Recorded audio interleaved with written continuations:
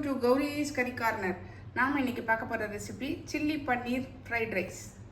தேவையான பொருட்களை பார்த்துடலாமா? ஒரு 2 டம்ளர் ரைஸை வந்து உதிராக வடித்து வச்சுருக்கேன்.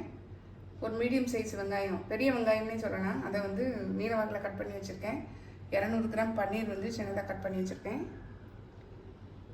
ஒரு பெரிய கேரட்டை சின்னதாக கட் பண்ணி வச்சுருக்கேன். 4-5 பீன்ஸை வந்து சின்னதாக கட் பண்ணி வச்சுருக்கேன். கொஞ்சம் முட்டைக்கோஸ் வந்து ஒரு கப் அளவு எடுத்து வச்சுருக்கேன்.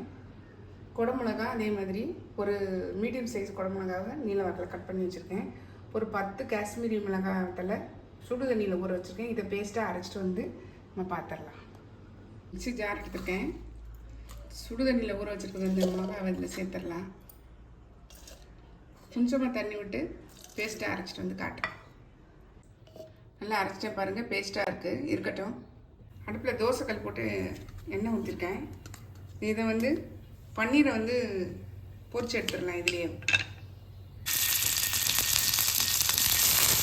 எல்லாத்தையும் போட்டு பொரிச்சு எடுத்துக்கலாம்.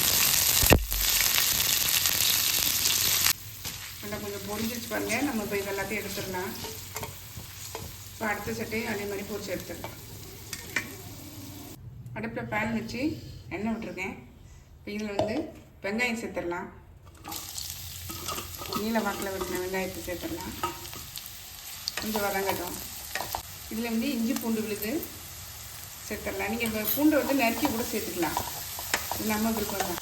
நம்ம இந்த ஸ்டேஜில் காஷ்மீரி மிளகாய் தூள் ஊற வச்சு அரைச்சிருக்கோம் இல்லையா, இந்த பேஸ்ட் இதில் சேர்த்துடலாம். நல்லா சிம்மில் வச்சுட்டு கலந்து விட்டுருங்க.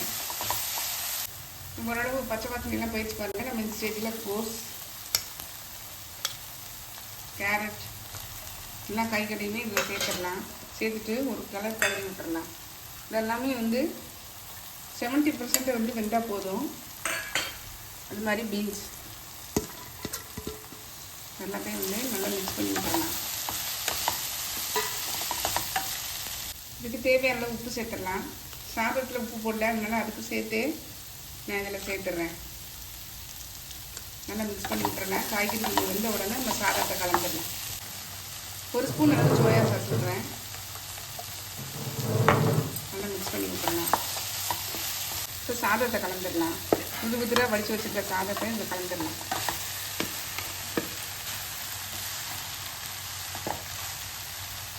நல்லா கலந்து விட்டுட்டேன் பாருங்கள். இப்போ நம்ம வந்து பன்னீர் பொரிச்சு வச்சுருக்கிற பன்னீரை இதில் கலந்துடலாம். நல்லா உடையாமல் மெதுவாக வந்து கலந்து விட்டுடலாம். கலக்கும் போது இந்த மாதிரி 2 இதை வச்சு கலந்து விட்டிங்கன்னா உடையாமல் இருக்கும்.